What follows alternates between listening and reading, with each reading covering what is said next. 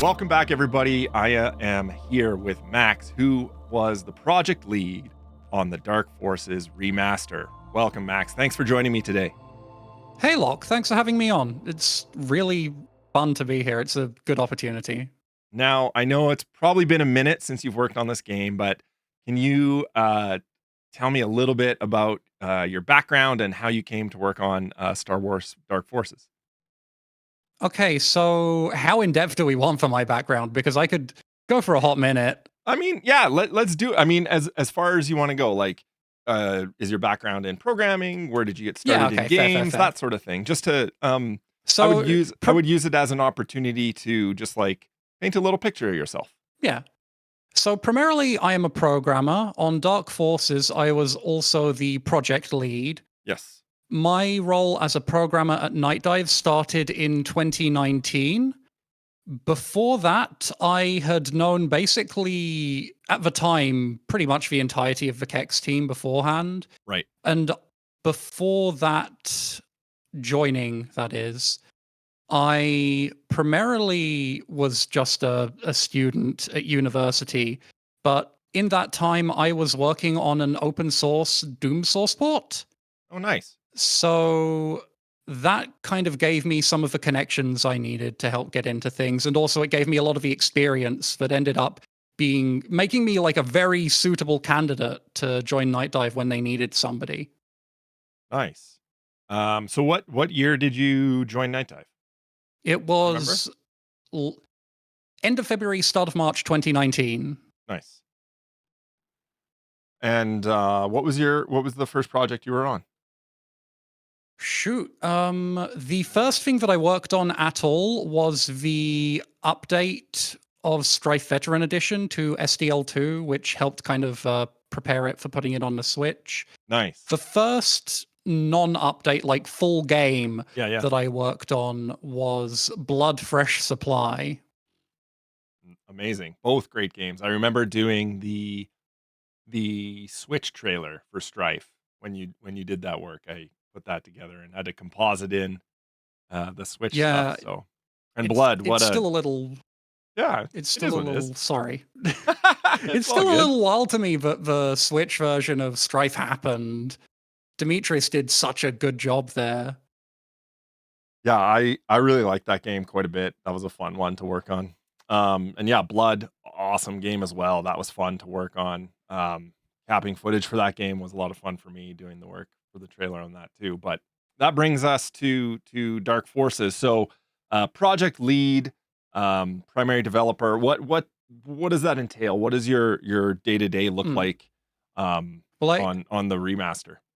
I will not take credit as primary developer. That was Okay, Sam. sorry. I am not going to. No, it's fine. I do not want to steal his valor in this case That's fair. because he was definitely the most important person there. But Who's that? Sorry. project lead Sam Oh yeah, Sam. Kaiser. Yeah. Of course. The project lead position primarily was me doing liaising with Disney, who then did their liaising with Yeah. Lucasfilm Games. Besides that, there were a reasonable number of just shots that ended up being the person who was calling them. Um, so I don't know, it was a lot of difficult decisions. There was stuff about scope that I had to consider, and it also meant that in certain areas I was the person kind of pushing people, delegating, Yep. and in some cases, like the artists did a phenomenal job, but there was a lot of like going back and forth and making sure that iteration was done so that the assets were as good as possible. Right. The big thing as project lead that I personally pushed for was the inclusion of the vault. Yeah. Tell me a little bit about that. So the vault, it's interesting. You might think that it came around entirely because of the success of Quake 2's vault. Not exactly. It definitely gave us the kind of the ability to do further things like that because it proved that it was successful. But even before then, I had lamented to another one of my coworkers. It's like, man, we have all of these development assets Yeah. for Star Wars Dark Forces. It would be really cool if we could do more digital museum type stuff. So that was something that I really wanted to do. And then when Quake 2 came out with the id Vault, which was not something I was involved with, but ended up being a tremendous success and everyone loved it, it really gave us the ability to take that idea and be like, this is proven, it Yeah. works, we can include it. I've already spent in my free time far too many hours just looking through the assets because it's interesting to me. So I already knew, I already had a good amount of examples of what would be cool for inclusion. Yeah, I thought the vault was really interesting, as a film nerd. I liked seeing the sort of compositing of the green screen stuff of the live action footage into the digital footage and Oh yeah, the the rotoscoping. rotoscoping and stuff because that's my world in there. And I'm just like, oh man, if they were doing this back then and with the tools back then, like rotoscoping sucks nowadays, and back then it was even worse. So it Yeah, it it no, doesn't go unnoticed. we didn't. I don't think we needed to specifically, but I made us reach out to Justin Chin, who Hmm. was the person in the rotoscopy, who was the lead artist and story person for Dark Forces, just to be sure. And he was like, "Yeah, no, it's fine," which was Nice. good. I I appreciate having the ability to talk to the devs when it's possible. Totally. And the unreleased level is really nice that you guys got that in there. I am so happy that we managed to include the Avenger in. We Yep. can talk more about that later because that will come up later, I For sure. promise Yeah, you. yeah. I'll let you go wild on that one. I mean, you don't have to get too much in the weeds, but was there like any specific scope decision that you like? What was the hardest thing to cut? What like I don't know if you're allowed to say or what NDAs say what, but like, was there anything that you wish you were able to get in there? I mean, that's a probably one of the hardest jobs is like figuring out what to keep and what to ditch and like how do you make those decisions? How do you decide what to keep and what to get rid of? A lot of it is time. A lot of it is just having the time to be able to do things because you have deadlines and you Yep. need to meet them and you really shouldn't at least release a half-baked project if you can avoid it. I don't think that I can talk about the thing that I That's am fair. most heartbroken about not ending up in the final thing. My hope is that someday down the line, maybe we'd be able to get the mandate to do a patch to include that stuff. How feasible that is, I am not personally sure, but it would be very nice to be able to do so. Cool.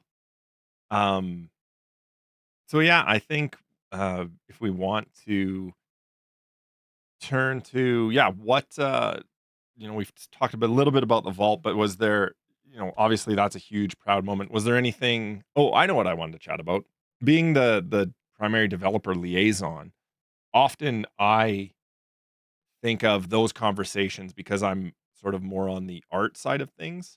Being like, okay, this looks weird, change this. What when it comes to like the dev cycle and programming stuff, what do those talks sound like? Like what are you talking about in terms of with Disney? Like I'm just woefully ignorant towards what that conversation would sound like. So what are you guys chatting about in those meetings?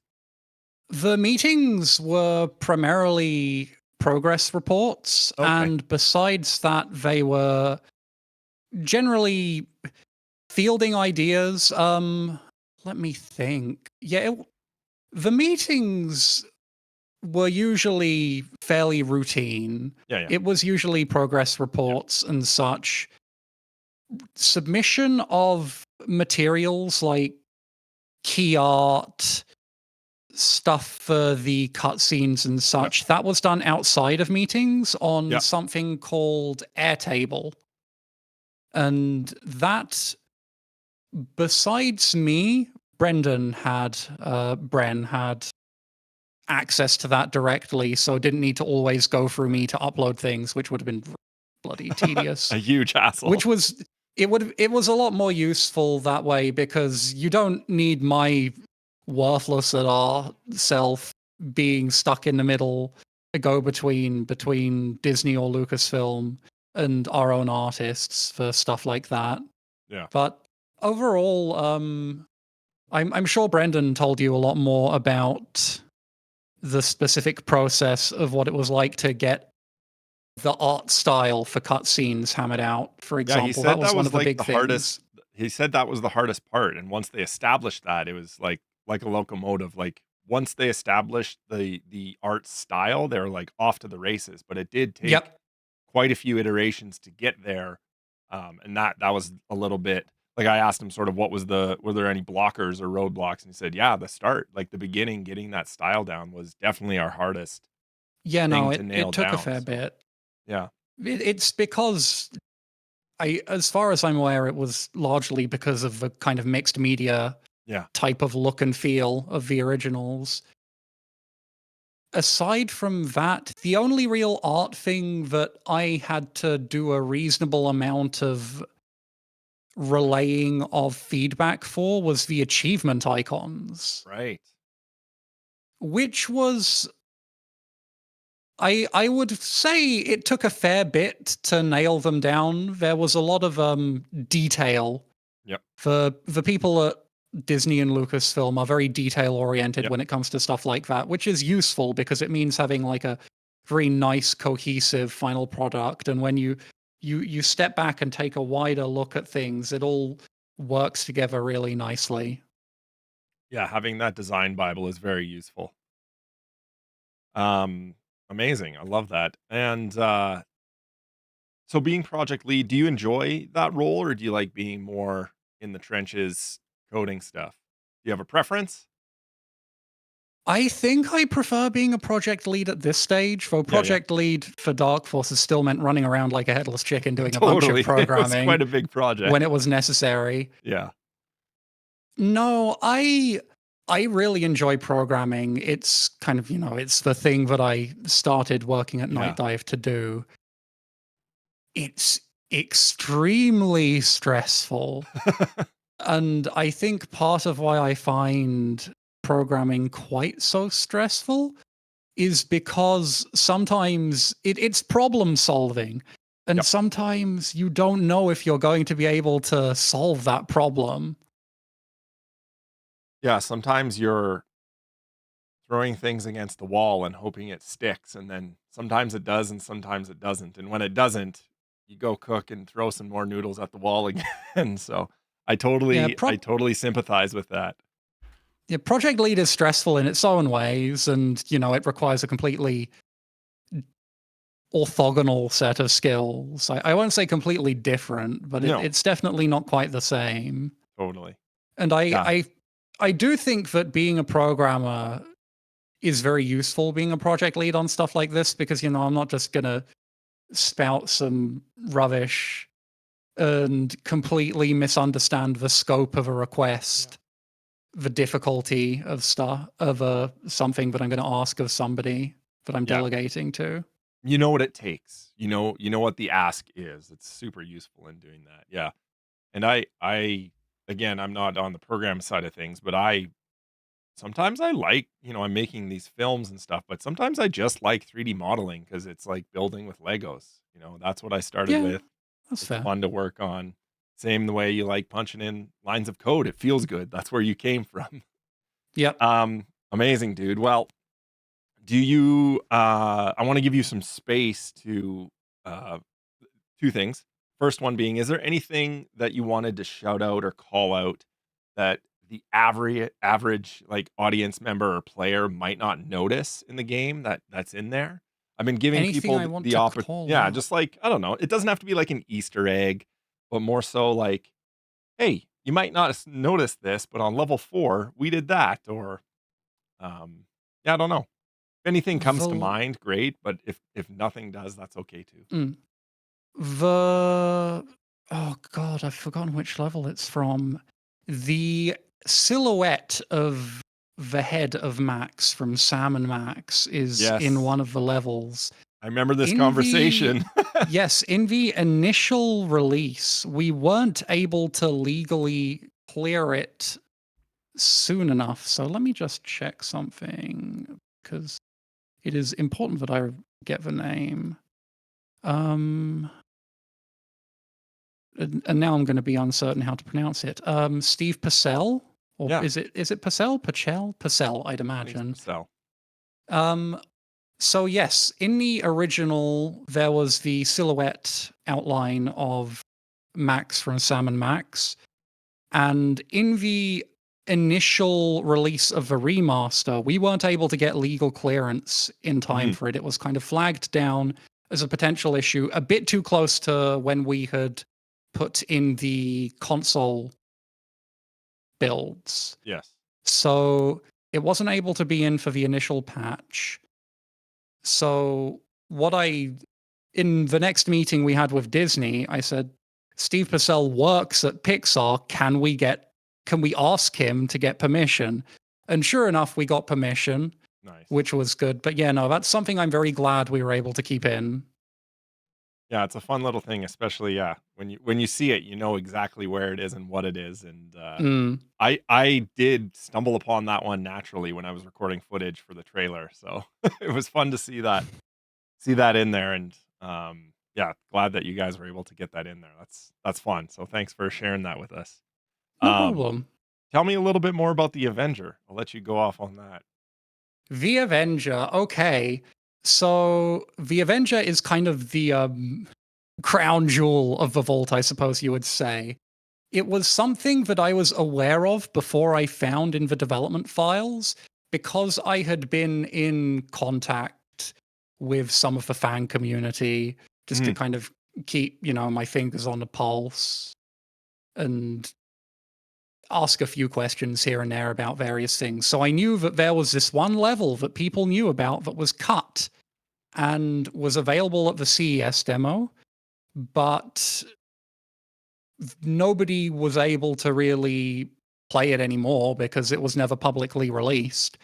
But there was footage and stuff. So it was kind of a, something of a holy grail to be able to find this. So when I found the original Avenger level in the file, I kind of, give a little nudge to Lucius DXL, who is the lead developer of the Force engine and was a mhm. consultant on the remaster. Like, is this what I think it is? And he was like, yeah, sure enough. And it took a lot of back and forth because it was done quite early in development. So the Right, level files, the formats they used were slightly different in ways that meant that it didn't quite work out of the box. So a lot of that was me giving more and more like random texture files and such to Lucius to be able to kind of package up nicely in one of the container formats that Dark Forces uses so that it would be able to be loaded in as a level. And nice. he did like all of the necessary work to get the map to even work in the final version of the Dark Forces engine.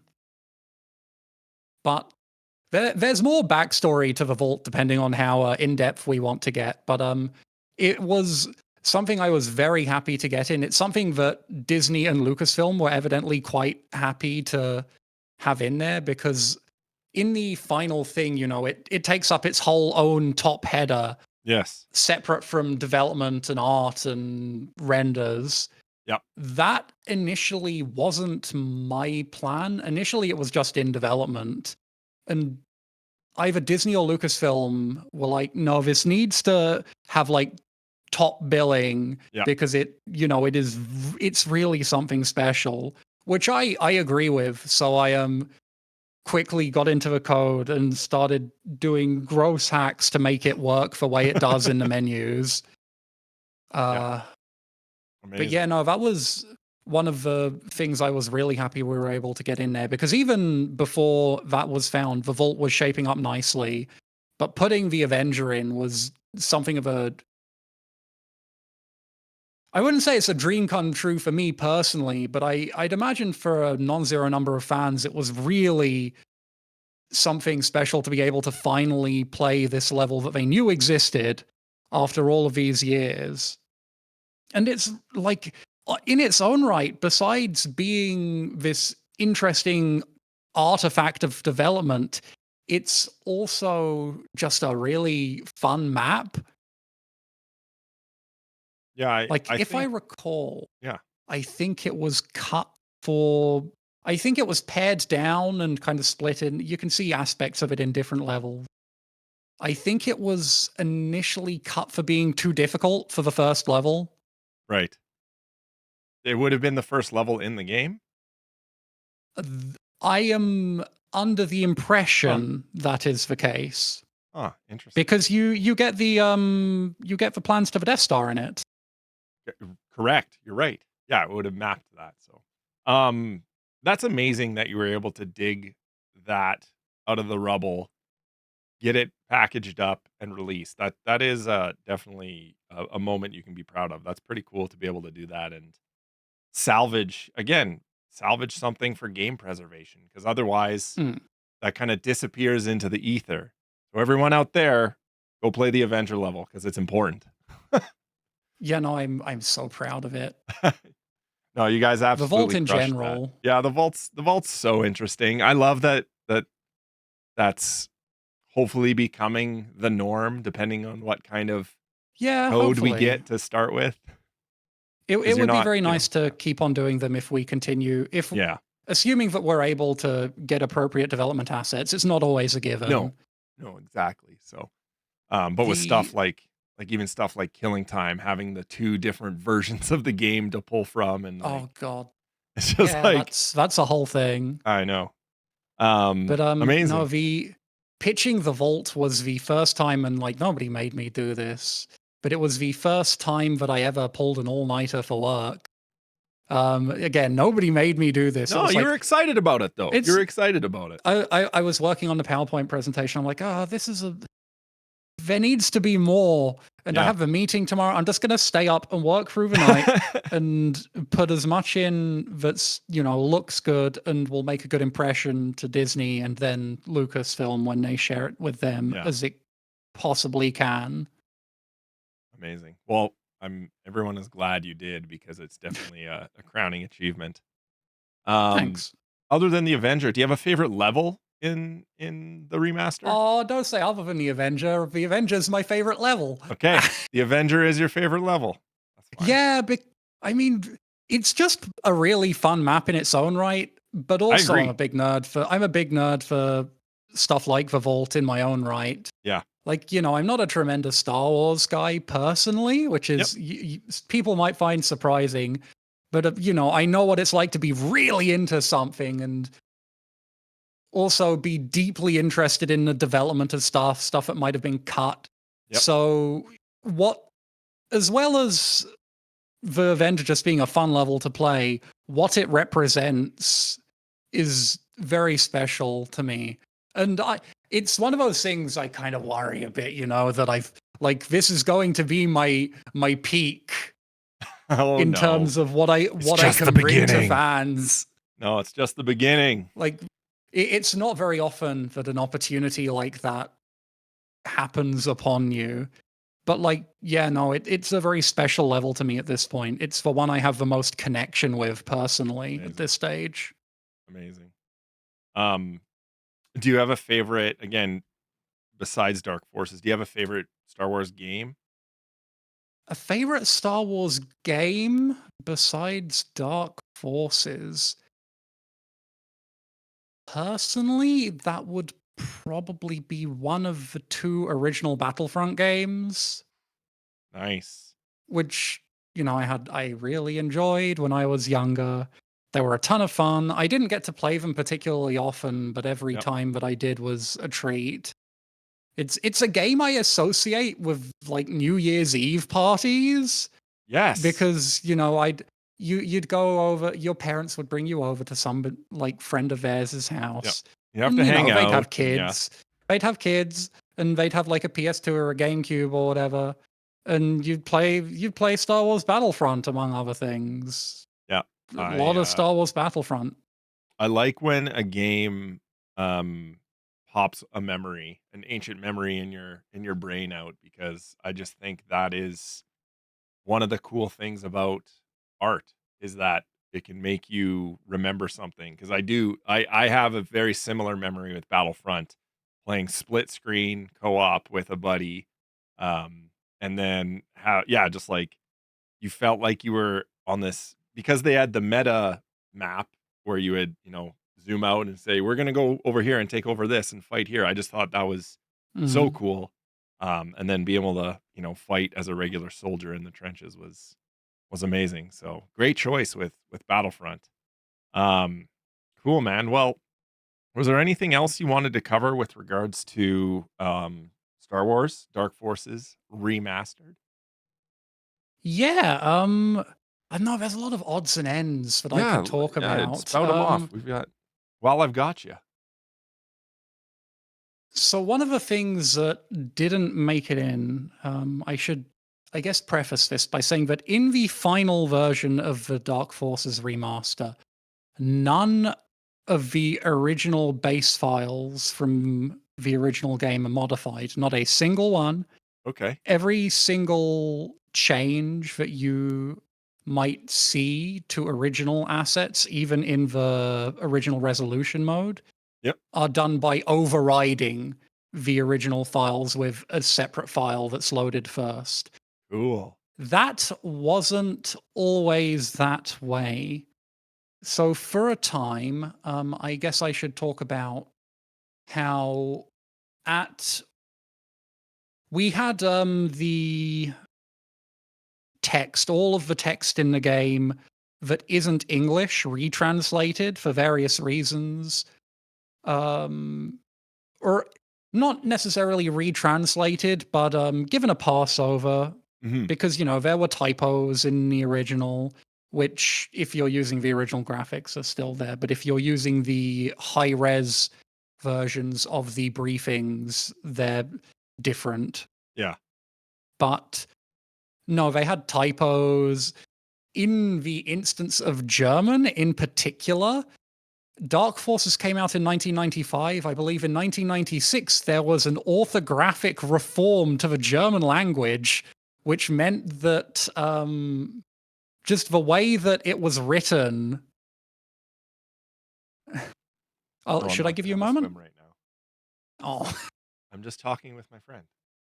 Okay? I'll come see you after this. I won't be too long. I'm sorry. We're talking about Star Wars. Um, My daughter's just watching the Clone Wars series right now. ah, yeah, no, it's middle of July. Good time to go out. Yeah. Sorry. Yeah, no, The that's German fine. orthographical Yeah, so reform. German in particular, for example, in 1995 is when Dark Forces came out. I'm not sure when the German version came out, but in 1996 there was an orthographic reform, wide scale changes to how the language is written, and that meant that Crazy. all of the German text was just like written in this slightly out of date way in the way that stuff's spelled and such, or like certain words are compounded. So that needed to be gone over. And the initial plan that I had was to update the original briefings as well. Right. And for this, I had cooked up a truly bizarre process to update the original source assets.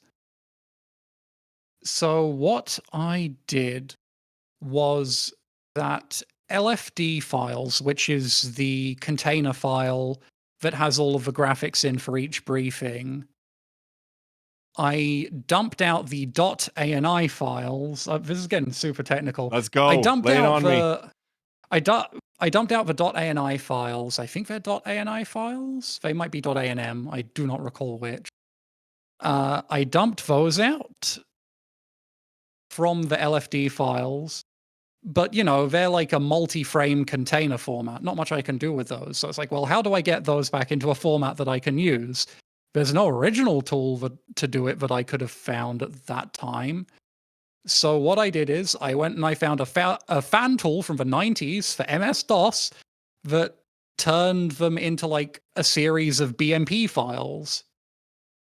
From there, I imported them into a sprite editing utility called Cosmigo Pro Motion, which is for Windows. Yeah. And I used that to edit the files and save them as deluxepaint.lbm files.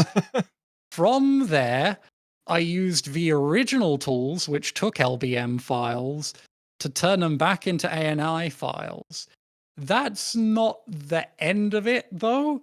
For a period, I was like, well, taking every single letter and like placing it individually is taking too damn long. I am sick of this. I would like to do it some other way. There was a better way. They had LucasArts. One thing I'll say that isn't. If you look through the vault, it'll be a little bit evident. But to make it like extremely clear, LucasArts had really good tooling in terms of just random knickknacks to convert between formats and such, Nice. and to generate certain things.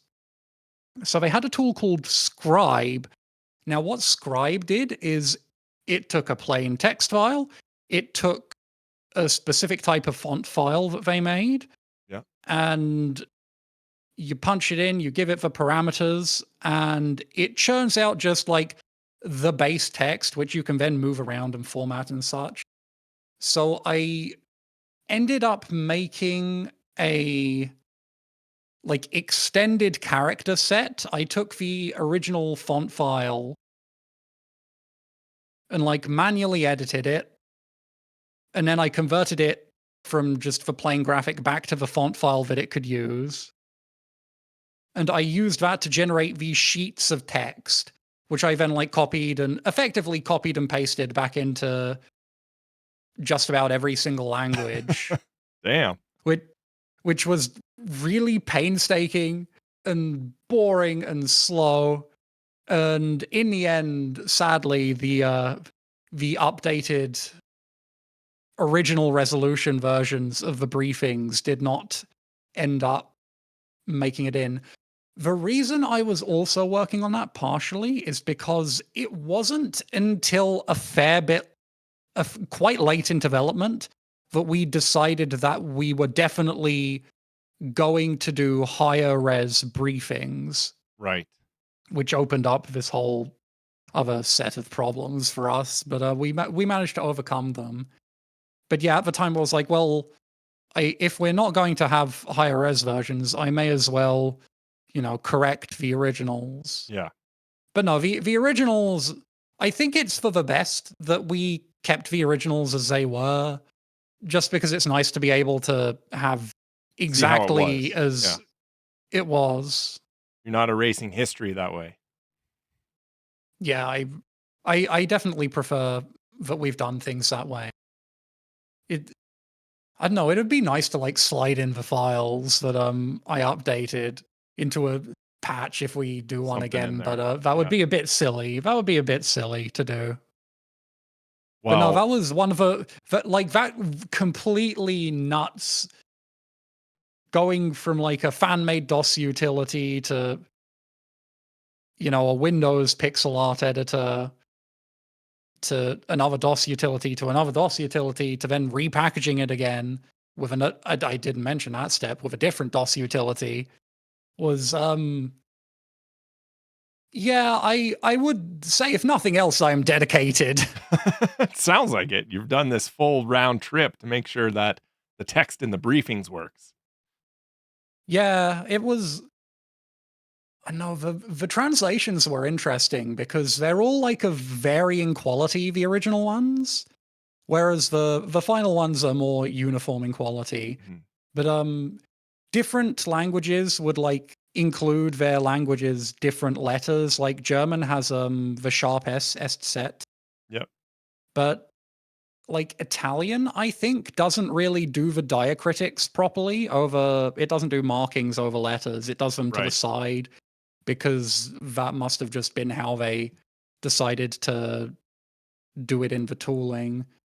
There's other stuff like Spanish has like really tiny gaps between all of the words, which makes it hard to read in the original one.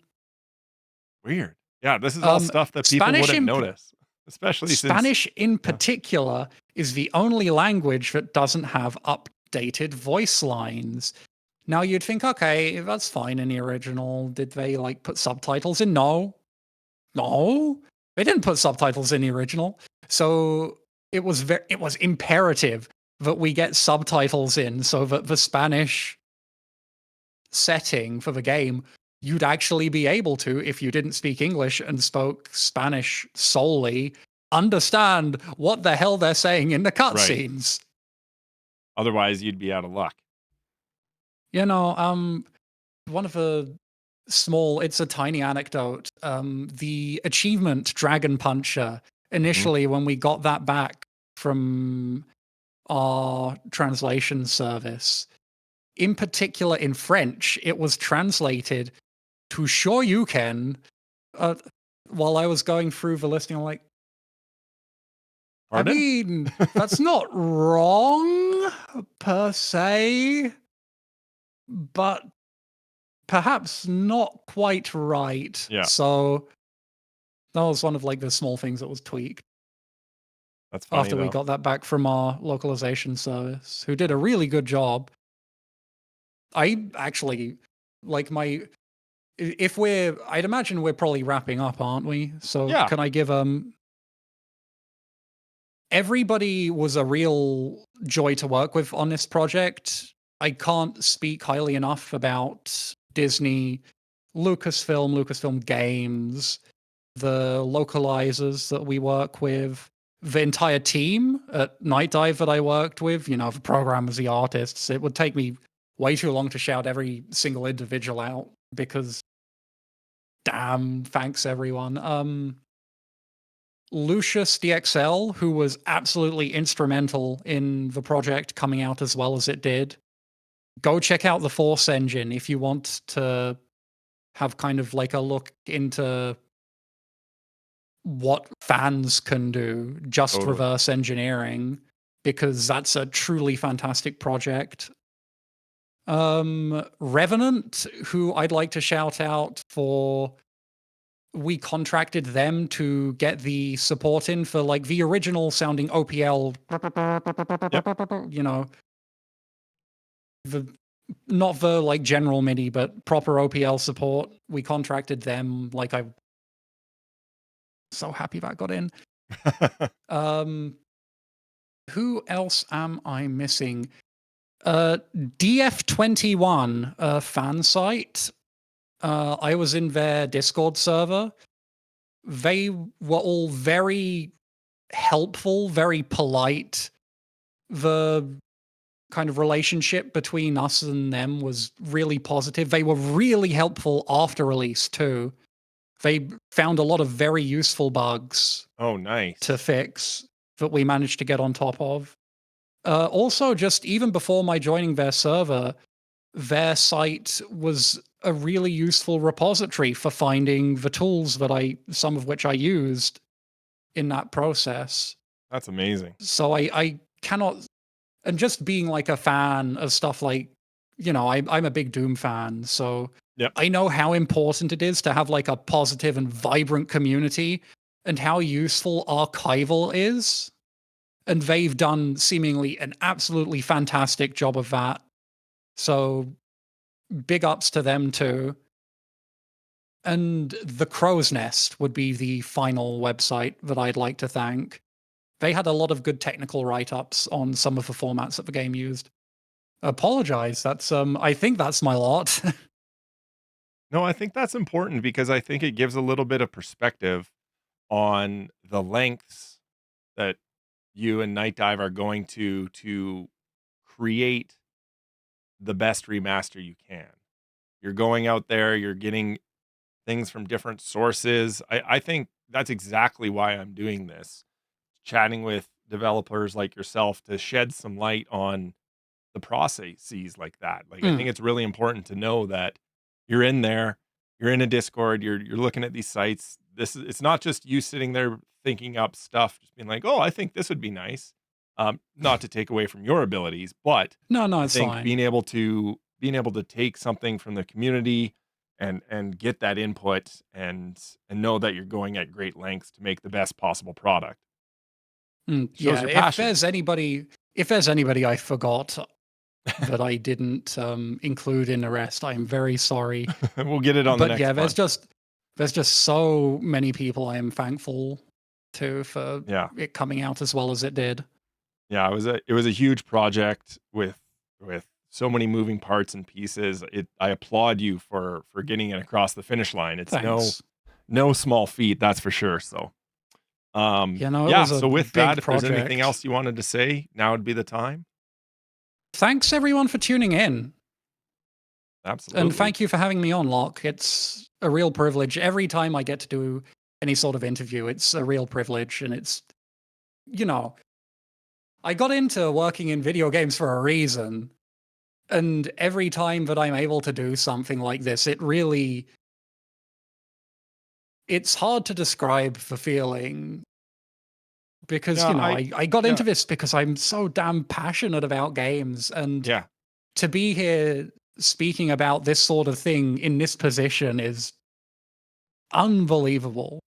Well, I appreciate that you enjoy it and see how important it is. I think it's the same for me. I find it really important to have these conversations because oftentimes, um, the people doing the work, like yourselves, are so busy that you're unable to showcase exactly what it is you're doing and what goes into this sort of thing. So I would like to, yeah, tell your story and get that story out to because I really do truly believe it's important for people to understand how game development works because it's one of the only sort of art forms and mediums where it gets you can make a really cool thing and spend years of your life making it, and it gets so highly criticized that I think peeking into stuff like this is important to, yeah, give some more perspective.